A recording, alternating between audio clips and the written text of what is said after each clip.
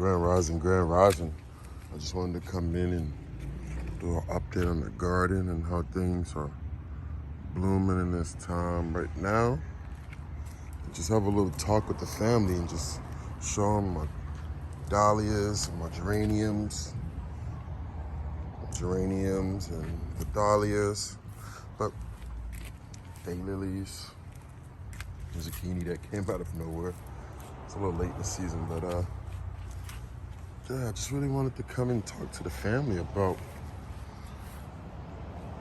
a lot of times we talk about things and we seldom forget that a lot of people that are coming over here that we're meeting that are new, they might not even understand or know what the things that we're talking about. So sometimes I just want to go ahead and, fill them in and let them use some reasoning so we can, seek the full matter of things. And the main thing that I was really seeing some reasoning, or would like to have seen a lot more reasoning, is the inability, that's the nasturtiums there. It's the inability to, excuse the car noises in the backyard, family. Our farm is literally on the street. It's in front of the house, so children are going to school. You're gonna see a lot more things, but just try to focus in. I don't have mics and stuff, but I'll do my best. The main thing is the mark of the beast. What is it? What does it mean? What's the purpose of it? And is it what we all are commonly saying it is now? Not necessarily we or us, but as the majority, is it what everyone's saying it is? Is it the VAX? Is it that? Well, there's characteristics to that you have to remember. The mark of the beast is twofold, because it says that no man shall buy or sell unless they have the mark of the beast. But a lot of people forget the other part of the mark of the beast, which is the fact that the mark of the beast has to be worshipped, has to be praised. The mark of the beast himself must be praised. It's not what you think it is. It's what the Most High said it is. You can't say the mark of the beast is the mark of the beast without incorporating all of the aspects that the Father has revealed about the mark of the beast through his prophets. A characteristic about itself is that it's boastful. It likes to be praised, and no man shall buy or sell unless they have the mark of the beast. Now, we see now how the system is trying to mimic that type of system by using the beast as a moniker for the VAX, and using that beast moniker to say, well, this beast has got to be it because we can't buy or sell. Folks, I can still go to the store and buy or sell. There's no currency change. There's no things that are different. There's no things that there's no new money I have to use. I didn't get asked for a chip or anything like that. Folks.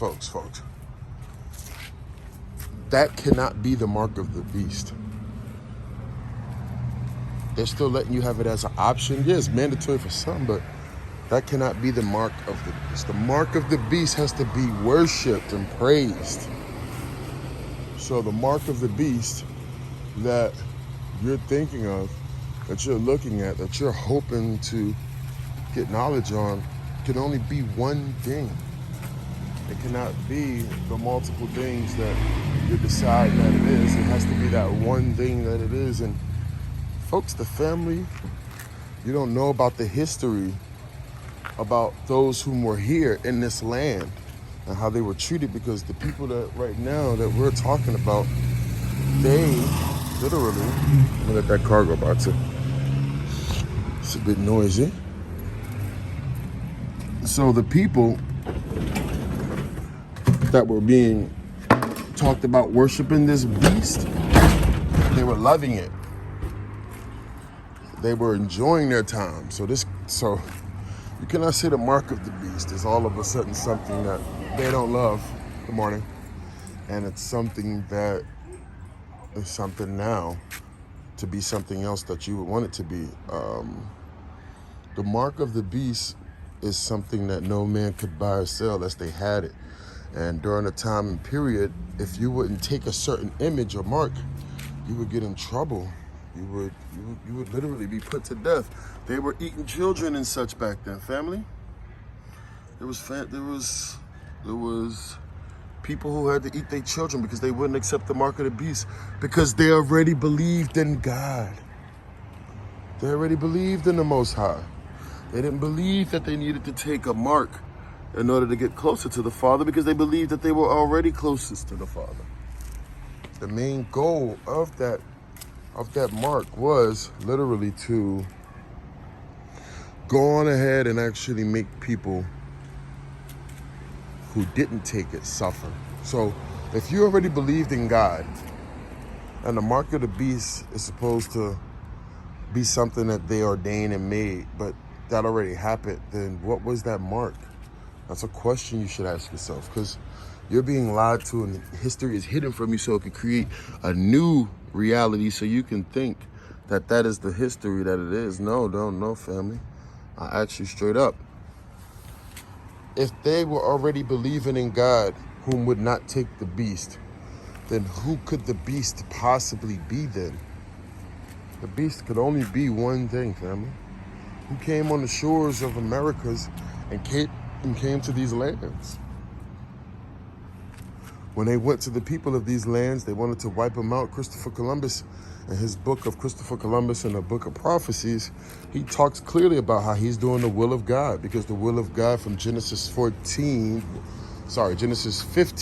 verses 13 to 14, told Abraham to know of a surety that thy seed shall be a stranger in a land that is not theirs, and they shall serve them 400 years. But then after that, thy seed shall come out with a great inheritance, and the Most High says he's going to judge that nation to whom we serve. If you look at everything right now, it don't look like there's a mark of the beast. It looks like there's judgment in the world. There's floods as it was in the days of Noah. There's calamities and destruction on every side of the earth. From Siberia to California, there's forest fires still now. There's tornadoes and storms that are gaining strength as they touch land, when typically they lose strength as they touch land. There's just so much. There's so many things that the Most High is doing as a form of judgment or a form of recompense. But then you look at the whole world and say, well, why is he judging everybody? Because everybody had a part to do with the enslavement of his people. They all came together. Every nation, every group knew exactly who his people were and what they were doing and how they operate, and the good things about them and the bad things about them. There was no better thing than knowing that they were the children of God, and the bad things was how they were living. So the goal of today is not to express how they were living, how they felt, but just to express that the mark of the beast always was Christianity. Christianity was the mark of the beast. Why? Because it allowed an image to come in to try to claim itself to be God. How do we say that? Well, if we look at Isaiah 14, we see Lucifer's characteristics. It boasts itself up to be like God. It shall be on the side of the congregation of the mount. It shall do all these things, right? But they're just blasphemies. Why are they blasphemies? They're blasphemies due to the fact that they're not ordained by God. They go against God, to be honest.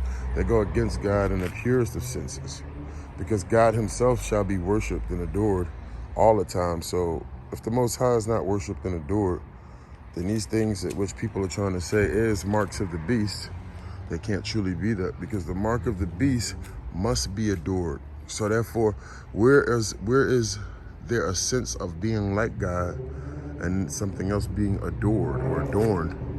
Well, being like the Most High and being adorned or appreciated or, worshipped, there's only one thing. That's the false image of Cesare Borgia, the image of who they call Jesus Christ, the pale beast. Now, a lot of people may say, oh my God, this is not it. That's not the mark of the beast. Wow, the mark of the beast is truly something that must be worshipped. It shall, you can't buy or sell unless you have the mark. A lot of times before we got into churches and singing good hymns, there was murder and death and rape and pillage.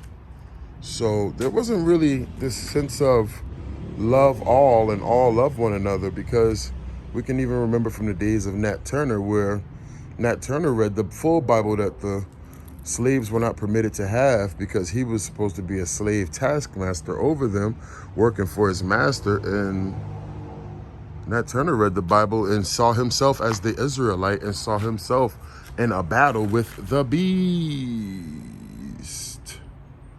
And that beast were considered those who came to preach the word of Jesus Christ. And you couldn't buy or sell, folks. As a slave, if you weren't the property of one of these folks, you couldn't buy or sell. Before that, if you weren't the property or took the mark of these people, you would surely starve to death. See, they didn't kill you for not taking it all the time.